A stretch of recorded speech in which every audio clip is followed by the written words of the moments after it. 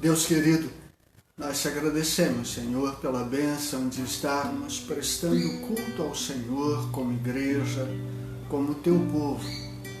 Nós te agradecemos, Senhor, porque apesar dos infortúnios, apesar das lutas, nós podemos, Senhor, testemunhar do teu cuidado.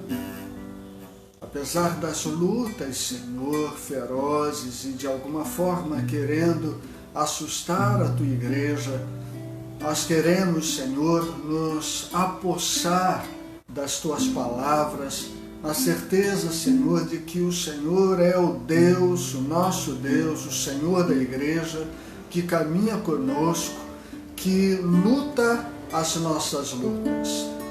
Nós queremos, ó Deus, oferecer este culto ao Senhor, te pedindo que o Espírito Santo esteja falando a nós nesta noite, nesse encontro. Nós possamos, ó Deus, ser tocados pelo Senhor. Deus querido, que cada participante desse culto receba da tua bênção, receba, Senhor, a alegria da tua presença. Fica conosco, dirige, Senhor, o culto. Abençoa, Senhor, a palavra cantada, abençoa, Senhor, a palavra transmitida. Enche, Senhor, o nosso coração do Senhor. Enche-nos da tua esperança, Senhor. Continua conosco. Nós oramos em nome de Jesus. Amém.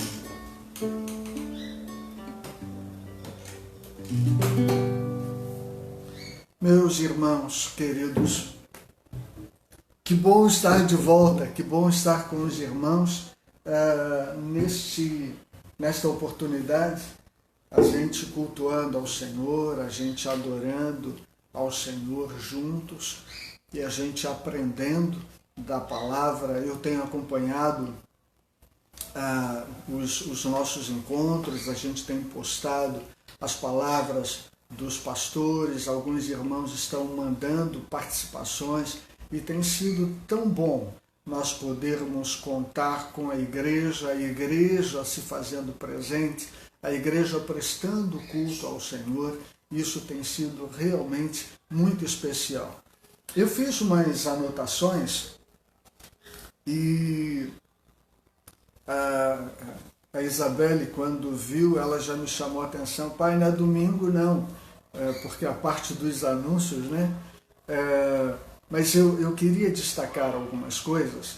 Todos estão acompanhando que o governo federal liberou a reunião nos cultos, nos templos. Houve um movimento no sentido de impedir que esse acesso ao templo acontecesse,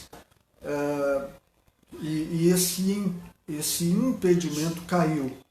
E nós poderíamos hoje voltar à nossa reunião, aos cultos dominicais, aos cultos nas quartas-feiras, mas nós estamos aguardando, meus irmãos, estamos aguardando um pouco mais. A gente não quer ficar exposto e a gente não quer que nenhum dos nossos fique exposto. Então vamos continuar orando, vamos continuar buscando a direção do Senhor, vamos buscar a direção do Senhor para que no momento certo a gente possa sair dos nossos lares, do nosso refúgio e voltar para o templo, prestando culto ao Senhor como igreja, como família que somos, ok? Eu quero ainda dizer, irmãos, que é muito importante nós não apenas orarmos, mas nós ligarmos para os nossos idosos, fazermos contatos com eles. Eu tenho falado sobre isso a cada encontro E ontem um irmão me ligou, ele me ligou, o pastor está falando para ligar para os velhinhos, aí ele me ligou e nós ficamos conversando durante um bom tempo, foi muito bom. É sempre bom nós ouvirmos os nossos irmãos. O WhatsApp nos favorece, nos facilita com o contato, mas impede que a gente ouça a voz, a gente tenha diálogo, né? Relacionamento com aquilo que a gente tem podido. Telefone para o seu irmão, telefone para um idoso, converse com ele. Deixe que ele ouça a sua voz e, é claro, você será abençoado ouvindo a voz dele também. Na próxima segunda-feira, meus irmãos, nós teremos a noite do testemunho, uma oportunidade que você tem de compartilhar aquilo que Deus tem feito por você. Por que noite do testemunho? Irmãos, nós precisamos ter experiências com o Senhor. Nós precisamos ter relacionamento com Deus. Hoje a igreja está intocada, cada um está no seu lar e, de alguma forma, a gente precisa ter experiências com Deus, ou com as pessoas que estão fora, ou as pessoas que estão ao alcance do nosso telefone. Que experiências você tem tido com o Senhor? Então compartilhe. A irmã Graça postou uma mensagem dizendo que ela teve algumas experiências com o Senhor. Minha irmã está convidada a compartilhar no nosso culto de segunda-feira. Próxima segunda-feira, às 8 horas. Eu quero ainda dizer, irmãos, que nós estamos com o nosso calendário de oração funcionando e eu tinha consciência, irmãos, de que um calendário de oração sem tempo para acabar, ele ia naturalmente fazendo com que as pessoas ficassem desanimadas. Eu sabia disso. A questão, irmãos, é que nós não podemos desanimar. A oração é aquilo que mais poderoso nós temos nas mãos. Nós precisamos orar, precisamos buscar a direção do Senhor, precisamos buscar a solução no Senhor. Nós vivemos dias difíceis e quando olhamos o desenrolar das coisas, nós ficamos achando que ainda pode piorar e nós precisamos buscar solução no Senhor. Não deixe, meu irmão, de cumprir o seu relógio de oração, não deixe de buscar a Deus em oração, ok? Por fim, quero pedir aos líderes das células que mantenham contato com os seus liderados. Nós não podemos nós não podemos permitir, irmãos, que esta quarentena acabe provocando o afastamento de todo mundo das células. Você é um líder de célula, você é o pastor da célula, busque os seus liderados, ore com eles, converse com eles, dê suporte para eles, dê orientação, ore por eles, enfim. Não deixe o líder não deixe os seus liderados sozinhos, ok? Eu quero compartilhar com vocês uma música. Eu quero colocar uma música para abençoar a sua vida, para abençoar o culto. Nós trouxemos um trio e esse trio está escondido, nós só vamos ouvir a voz dos nossos irmãos, mas eu quero muito que a música abençoe este culto e abençoe a sua vida. Porque Ele vive, posso ter no amor. Porque Ele vive, temor não há. Mas eu bem sei que a minha vida está nas mãos do meu Jesus. que vivo está. Firme nas promessas de Jesus, o Cristo, firme, firme, firme nas promessas de Jesus. Nossa esperança é sua vinda, o Rei dos Reis vem nos buscar. Nós aguardamos Jesus ainda, até a luz da manhã. Nossa esperança é sua vinda, o Rei dos Reis vem nos buscar. Nós aguardamos Jesus ainda, até a luz da manhã. Eu quero estar com Cristo, onde a luta se trava, no lance imprevisto, na frente me encontra, até que eu possa ver na glória, se alegrando da vitória, onde Deus vai me coroar. O Rei está voltando.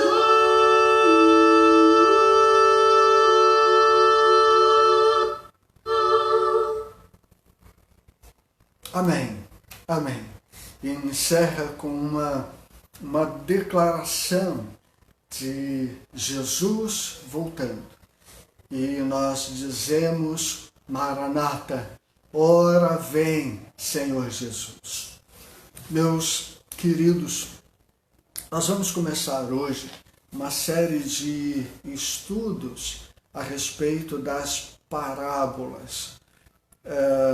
Estava estudando a respeito das parábolas e achei tão interessante e gostaria de compartilhar com os irmãos e quero desafiá-los a estudarem o texto. Eu não sei se todos estão com papel e caneta na mão, mas seria tão importante você registrar. O culto deverá ficar gravado não só no Facebook, mas também no YouTube, e você terá a oportunidade de ter acesso, de ver outras vezes esse culto. Faça anotações, vai facilitar o seu aprendizado, vai ser importante você absorver os ensinos da palavra. Eu queria começar, queridos, lembrando que a gente vai focar a parábola ou as parábolas de Jesus, mas nós vamos encontrar parábolas em outros textos da palavra de Deus, inclusive no Velho Testamento, e não apenas com Jesus. Parábola o conceito, né? É uma palavra de tradução do grego, que vem do aramaico, agadá, e representa um poderoso e eficaz método de ensino. Parábola é isso. Palavra que traduz do aramaico, agadá, e representa um poderoso e eficaz método de ensino. Normalmente, os rabinos da época de Jesus usavam com regularidade essas parábolas. Parábola era um compêndio de homilias, um compêndio de ensinos rabínicos que incorporam o folclore e exortações morais e conselhos práticos em diversas esferas. Formas de ensino onde o rabino usa coisas da cultura e as insere naquilo que ele quer transmitir. A parábola pode não ser verídica e eu quero chamar a sua atenção para isso.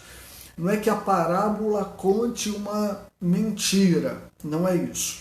é que o ensino ele é criado pelo mestre, pelo rabino, para exaltar uma verdade, para chamar a atenção sobre uma verdade, sobre um princípio. Então, a parábola, os detalhes da parábola não são relevantes. Se a parábola representa um fato, não é relevante. O relevante é basicamente o ensino que está sendo demonstrado, o ensino que está sendo passado. As parábolas também eram usadas como forma de expressar posições ocultas e críticas. Quero lembrar que, na ocasião, no tempo de Jesus, o povo de Deus era submisso politicamente ao povo romano.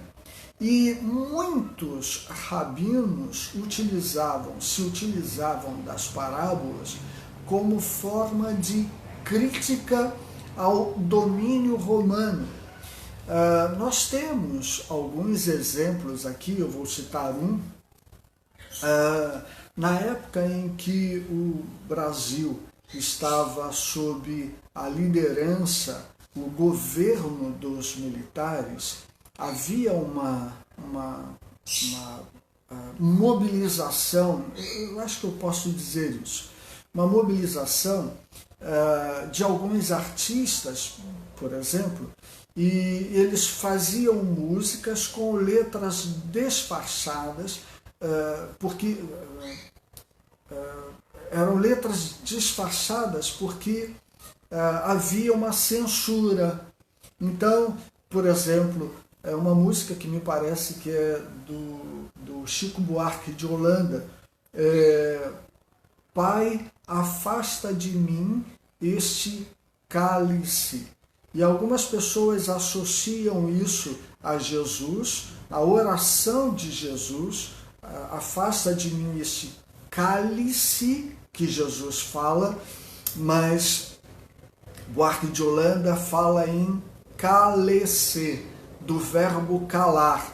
Pai, afasta de mim este cálice, numa alusão, numa afronta à censura, numa crítica à censura.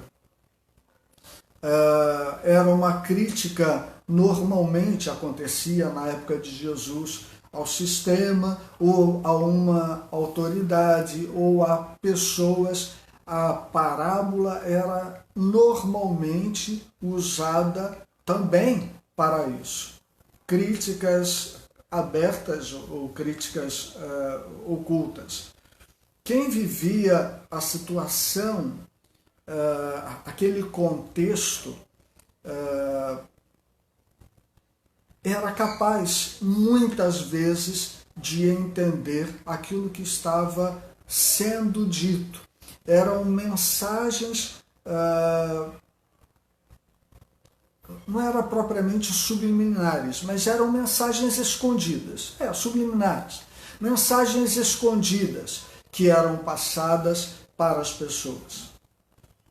Jesus, é interessante a gente observar isso, quando muitas vezes, inclusive lá no Apocalipse, só que em Apocalipse, Jesus não estava falando por parábolas, mas Mateus capítulo 13, eu vou ler daqui a pouco, Mateus 13, no verso 9, Jesus vai dizer: aquele que tem ouvidos para ouvir, ouça. Significa dizer que algumas pessoas que não estavam inseridas no contexto, pessoas que não estavam ligadas, essas pessoas não conseguiam entender aquilo que Jesus estava querendo dizer.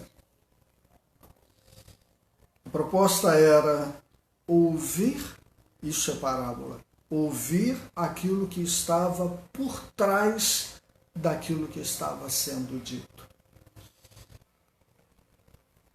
Jesus, normalmente, a gente vai ver um pouquinho mais para frente, Jesus usava parábolas, mas nem todas as pessoas conseguiam entender. E Jesus as explicava as parábolas para os seus discípulos, porque ele queria que os discípulos entendessem a mensagem. A gente vai encontrar parábolas lá no Velho Testamento. Por exemplo, no livro de Juízes. Eu queria convidar você a abrir lá no livro de Juízes, capítulo 9, de 7 a 21.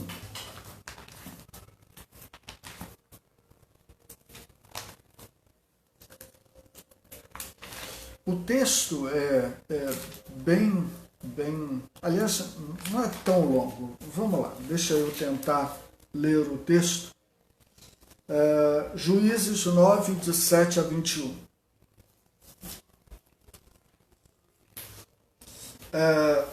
Antes, deixa eu falar sobre o contexto.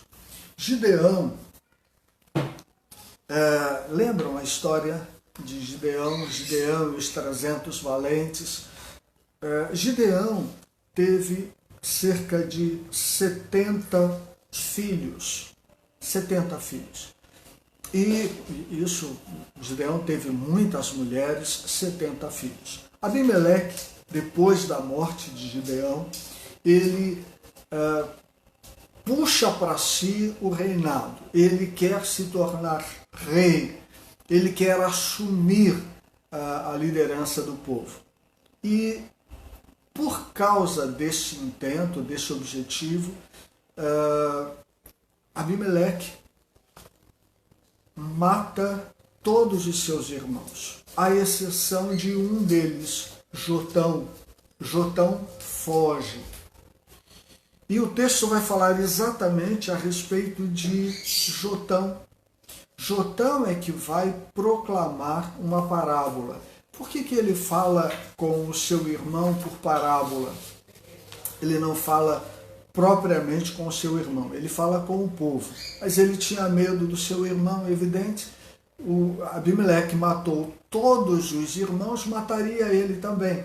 Então é nesse contexto que Jotão sobe ao Monte Gerizim e conta a parábola que está escrita no texto que a gente falou. Juízes capítulo 9, de 7 em diante. Quando Jotão soube disso, subiu ao topo do Monte Gerizim e gritou para eles: ouçam-me, cidadãos de Siquém, para que Deus os ouça. Certo dia, as árvores saíram para ungir um rei para si. Disseram à oliveira: seja o nosso rei. A oliveira, porém, respondeu: deveria eu renunciar ao meu azeite, com o qual se presta honra aos deuses e aos homens, para dominar sobre as árvores? Então as árvores disseram à figueira: venha ser o nosso rei.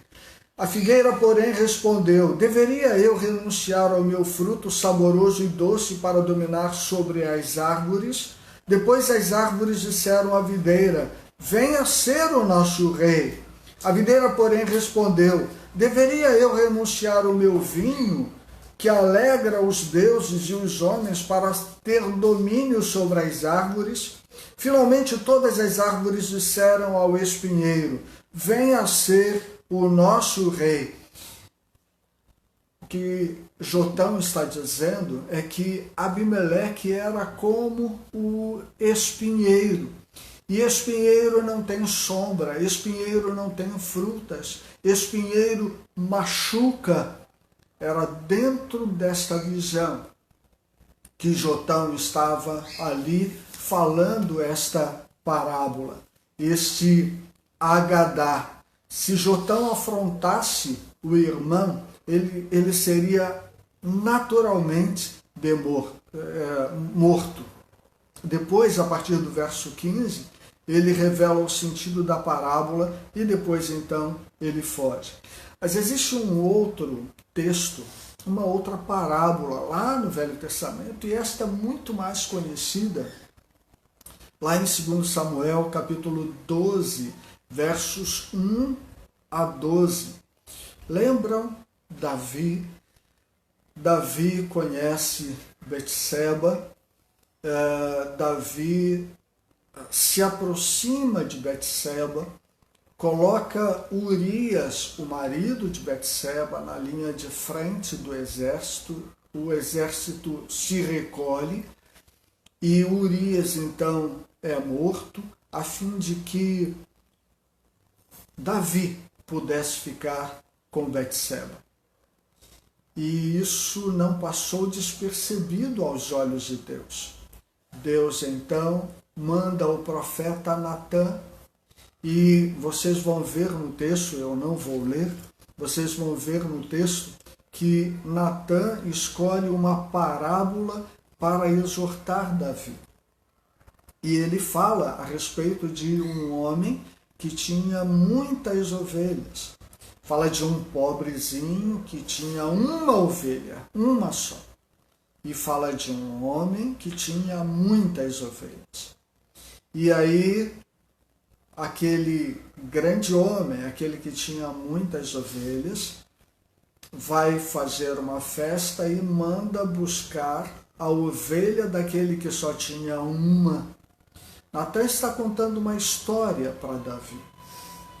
Está contando uma agadá, uma parábola para Davi. E Davi fica irado com aquele homem rico, aquele homem poderoso, que tendo muitas ovelhas vai buscar a única que aquele pobre homem tinha. Davi então fica irado e Natã vai dizer: você é esse homem. Natã escolheu uma parábola para exortar Davi. Existem no Velho Testamento e no Novo parábolas boas, parábolas ruins. 1 Timóteo capítulo 4, verso 7.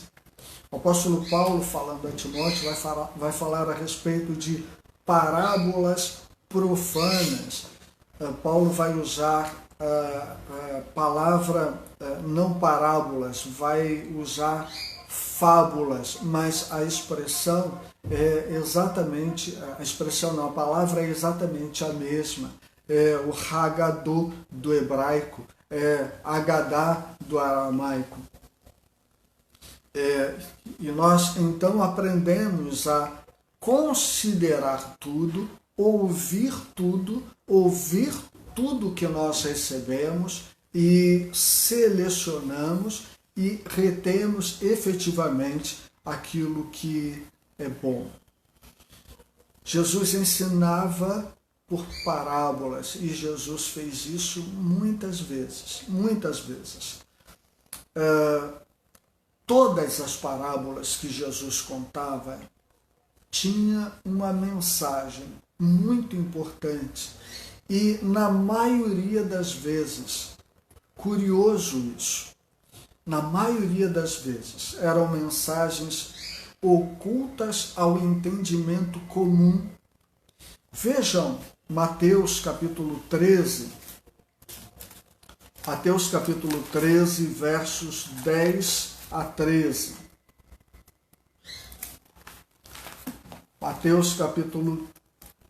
Capítulo 13, de 10 a 13.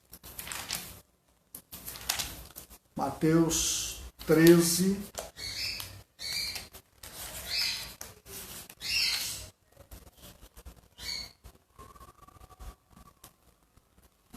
de 10 a 13. Diz assim o texto: Os discípulos aproximaram-se dele e perguntaram: Por que falas ao povo por parábolas? Ele respondeu: A vocês foi dado conhecimento dos mistérios do reino dos céus, mas a eles não. A quem tem será dado, e este terá em grande quantidade. De quem não tem, até o que tem lhe será tirado. Por essa razão, eu lhes falo por parábolas, porque vendo eles não veem, e ouvindo não ouvem nem entendem. observe que no início do capítulo 13, Jesus está falando a respeito da parábola do semeador. E o verso 9, ele diz, depois, no fechamento da parábola, ele diz: aquele que tem ouvidos para ouvir, ouça. Algumas pessoas ouviam, mas não conseguiam entender. Não conseguiam entender os mistérios do reino. Jesus falava coisas muito importantes. Eram coisas ocultas à maioria das pessoas. A maioria das pessoas não conseguia entender. Existe um outro texto, Mateus 11, verso 7, e eu queria mais uma vez voltar com os irmãos. Mateus capítulo 11, verso 7.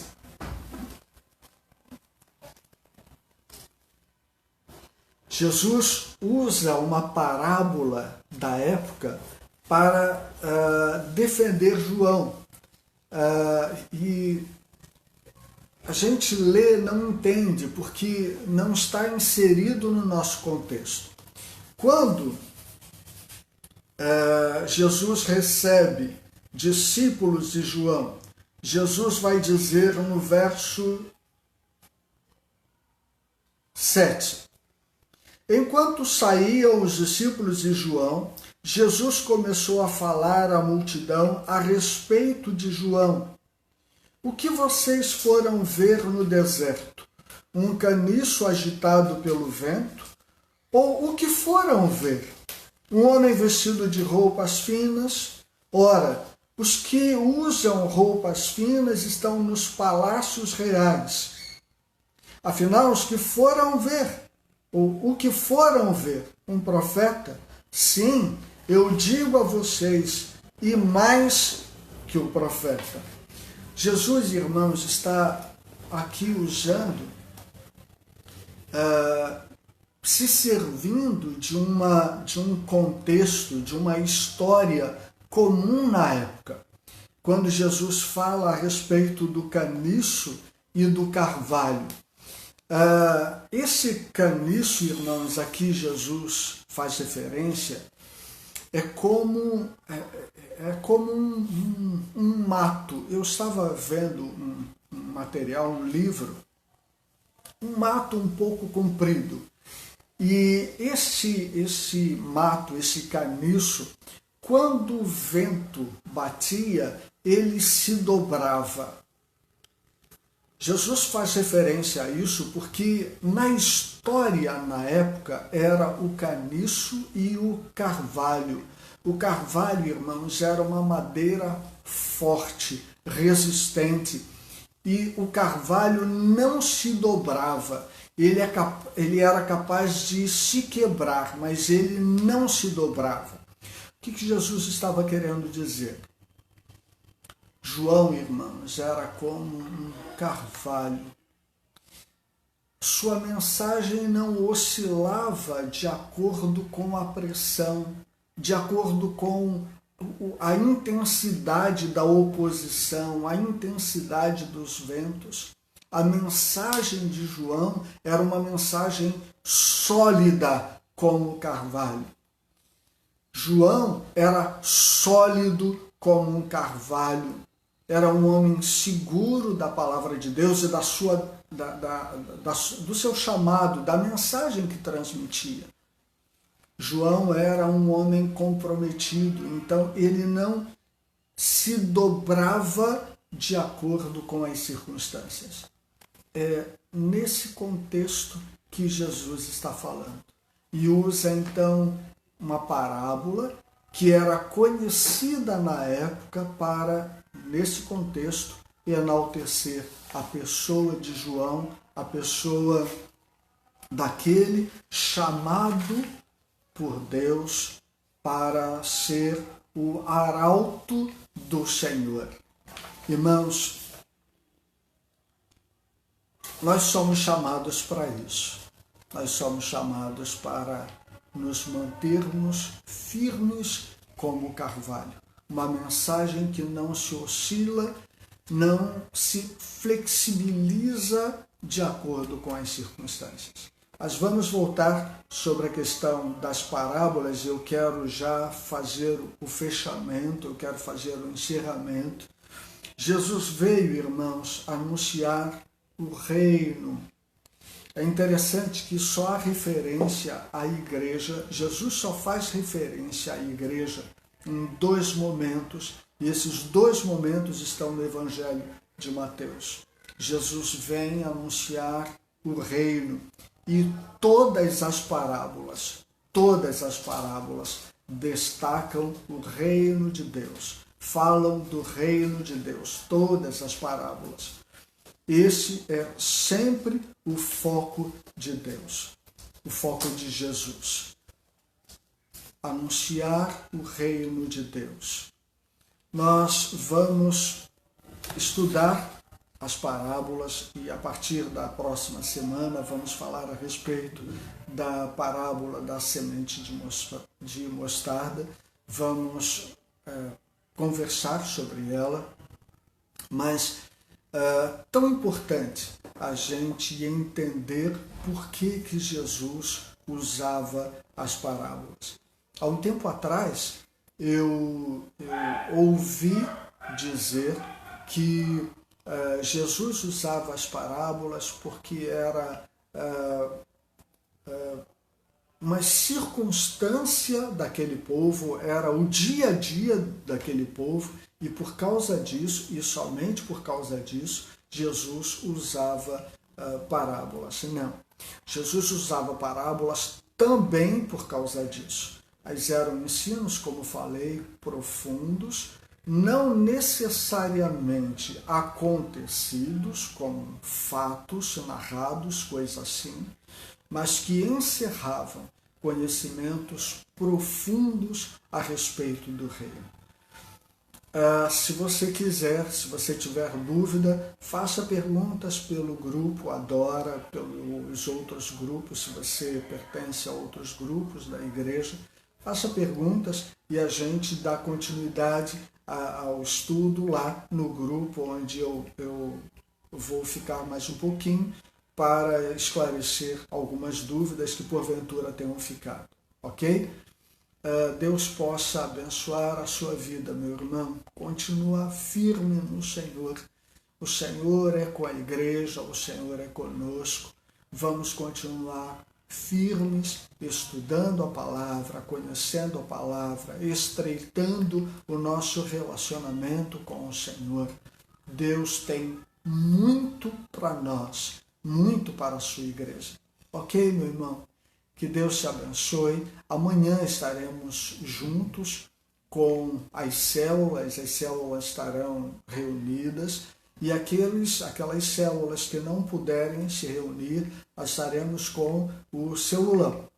Todas as células, todos os grupos juntos, estudando a palavra.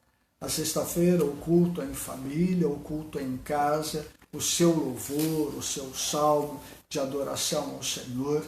Não deixe de adorar ao Senhor nesse momento de dificuldade. Meus irmãos, o que nós temos para colocar no lugar do Senhor nessa época? Não temos nada. Nós temos que buscar o nosso Deus. Agora, quando estamos passando pelas dificuldades, quando estamos passando pela quarentena, mas também, irmãos, depois, quando essa situação já não mais existir, essa situação já tiver passado, ok? Deus possa abençoar a sua vida. Eu quero orar por você e logo depois, então, eu quero colocar uma música, no encerramento do nosso encontro, uma música que eu gosto muito, de um quarteto, assim, eu não tenho, né, aqui um estúdio e a gente vai se virando. Eu tenho do meu lado aqui a Isabelle, está como assistente aqui, não sei de que, está fazendo a parte aqui da gravação. E nós estamos aqui juntos louvando ao Senhor e prestando o nosso culto. Feche seus olhos, vamos orar. Mais uma vez, Senhor, na Tua presença, nós queremos, Senhor, te pedir Teu favor sobre nós, sobre a Tua igreja. Amplia, Senhor, o nosso entendimento acerca da Tua palavra. O Espírito Santo que revelou a Tua mensagem, revelou as Tuas verdades, este mesmo Espírito esteja nos iluminando, abrindo o nosso entendimento, a fim de que possamos, ó Deus, absorver esta mensagem e possamos, Senhor, a partir do entendimento desta palavra, ter a nossa vida dirigida por esse entendimento. Abençoa, Senhor, cada lar, abençoa, Senhor, cada família, cada pessoa, aqueles, ó Deus, que estão conosco, mas suas famílias, seus familiares estão longe. Senhor, que a Tua graça esteja alcançando a cada um dos nossos familiares. Muito obrigado, Senhor, por tudo que o Senhor tem feito por nós. Dá-nos, ó Deus, resignação, paciência, resistência, que possamos, Senhor, perseverar como o carvalho, firmes, confiantes, sem dobrar. Fica conosco, oramos no nome de Jesus. Amém.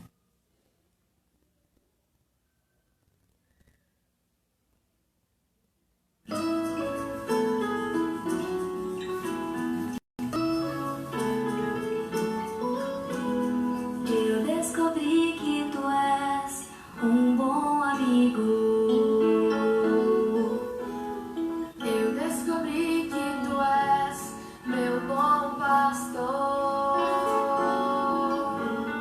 Eu descobri que tua face há uma luz que irradia. Oh, paz, misericórdia, pureza e bondade, amor sem igual. Quero louvar o teu nome, Cristo Jesus.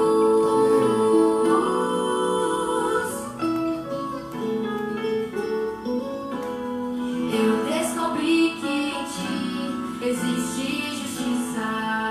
Aleluia.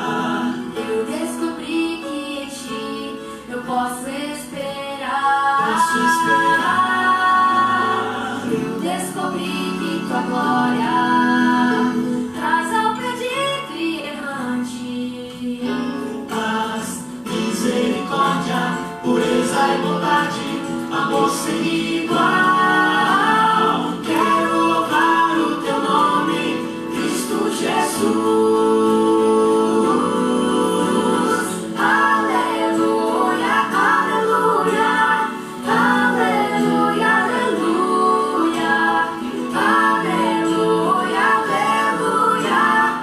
aleluia. Aleluia, aleluia, aleluia, aleluia. Aleluia, aleluia,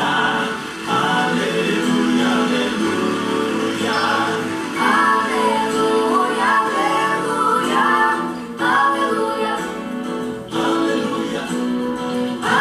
Aleluia, aleluia, aleluia, aleluia, aleluia, aleluia,